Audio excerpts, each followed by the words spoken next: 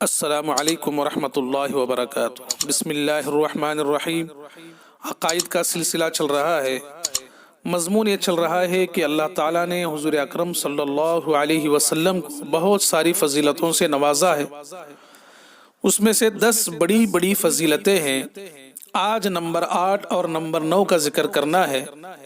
Number 8، حضور صلی اللہ علیہ وسلم پر قرآن اتارا جو کسی اور پر نہیں اتارا، اور انبیاء علیہ السلام پر چھوٹی چھوٹی کتابیں اتاری، لیکن حضور صلی اللہ علیہ وسلم پر قرآن کریم جیسی عظیم الشان کتاب اتاری جو کسی اور پر نہیں اتاری گئی۔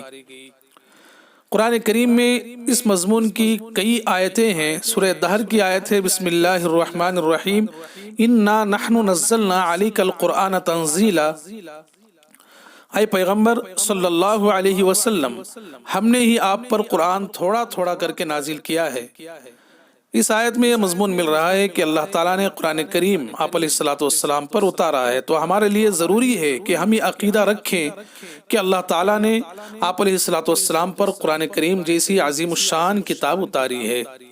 نمبر 9، حضور اکرم صلی اللہ علیہ وسلم اللہ تعالیٰ کے نزدیک مخلوق میں سب سے زیادہ پسندیدہ، سب سے زیادہ محبوب ہیں۔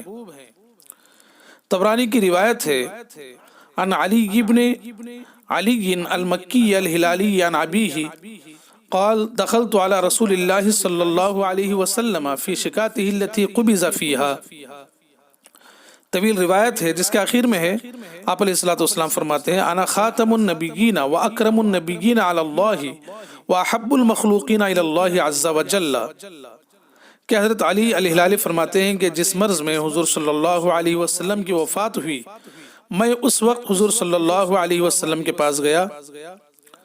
طویل روایت کا حصہ ہے۔ پھر اس کے بعد آپ صلی اللہ علیہ وسلم نے فرمایا میں آخری نبی ہوں اور اللہ کے نزدیک سب سے زیادہ معزز ہوں، اور اللہ کے نزدیک مخلوق میں سب سے زیادہ محبوب اور پسندیدہ ہوں۔ ایک دوسری روایت ہے انس بن مالک رضی اللہ عنہ کی، ترمذی شریف کی روایت ہے انس بن مالک رضی اللہ عنہ قال قال رسول اللہ صلی اللہ علیہ وسلم وَأَنَا أَكْرَمُ أُلْدِ آدَمَ عَلَى رَبِّي وَلَا فَخْرًا۔ آپ صلی اللہ علیہ وسلم نے فرمایا کہ اپنے رب کے نزدیک میں اولاد آدم میں سے سب سے زیادہ معزز ہوں، لیکن اس بات میں کوئی فخر نہیں ہے۔ ان حدیث میں ہے کہ حضور صلی اللہ علیہ وسلم مخلوق میں سے سب سے زیادہ معزز ہیں، سب سے زیادہ محبوب ہیں اللہ تعالیٰ کے نزدیک۔